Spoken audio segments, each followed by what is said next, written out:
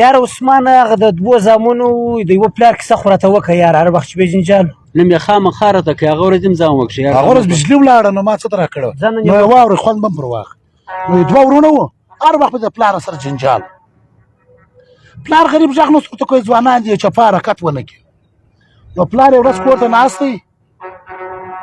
زامن یې راوغوښتول دا زما وصیتنامه ده چې روزانه پر دا کور باندې سره جنجال دا 3 منزله بلډینګ دی پر دا یو زما دی بل زما ځکه چیرې مړ شولم دا بلډینګ به ګرده ونړوئ در بلډینګ لاندې ما خزانه پټه کړې ده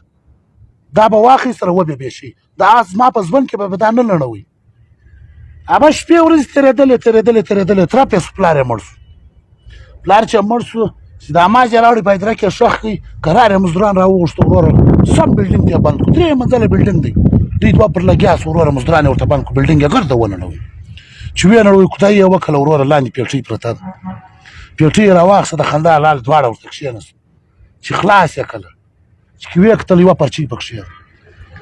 ده پرچۍ یې راواخیستل وروره دا یوه خط نه و زده کله زه دا ته راوړم نو پیرک ته یې ونیوه ولته یې ووایه هغه چې دا ته راوویله زه یې ورته وکتل په هغې کې لیکلي وو ول که نر یې دا زما رقم کور اوس جوړ کړي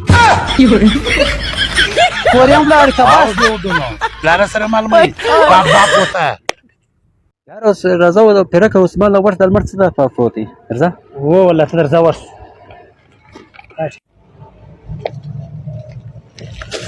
عثمانه څه کوې و دا لمر ته دی پروت یې ګران درکانه خوب راځي ته ولاړ شه یار راکښېنه په چیش خوب درځي چیش بو یاره ته په خدای ما ستنګول کوي یار ولې تنګول خو ماښام مې خوب نه دی کړی برای ماښام مې خوب نه دی کړی په دې خو بیده یم نو ولې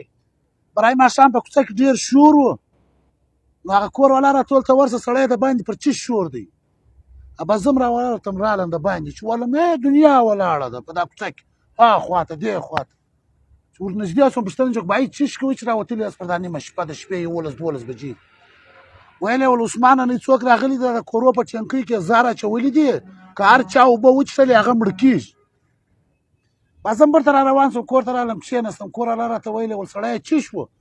مال شی لا نه و ګیلاس اوبه وچښه که راره بیده شه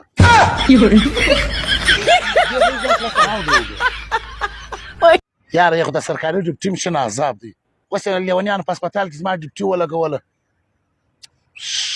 ته راځه دا څه ته راشیان دا لیونیان نن خو بې ووینمه ओ जमालो जीवोठ ओ जमालो जीवोठ ओ जमालो जीवोठ ओ जमालो जीवोठ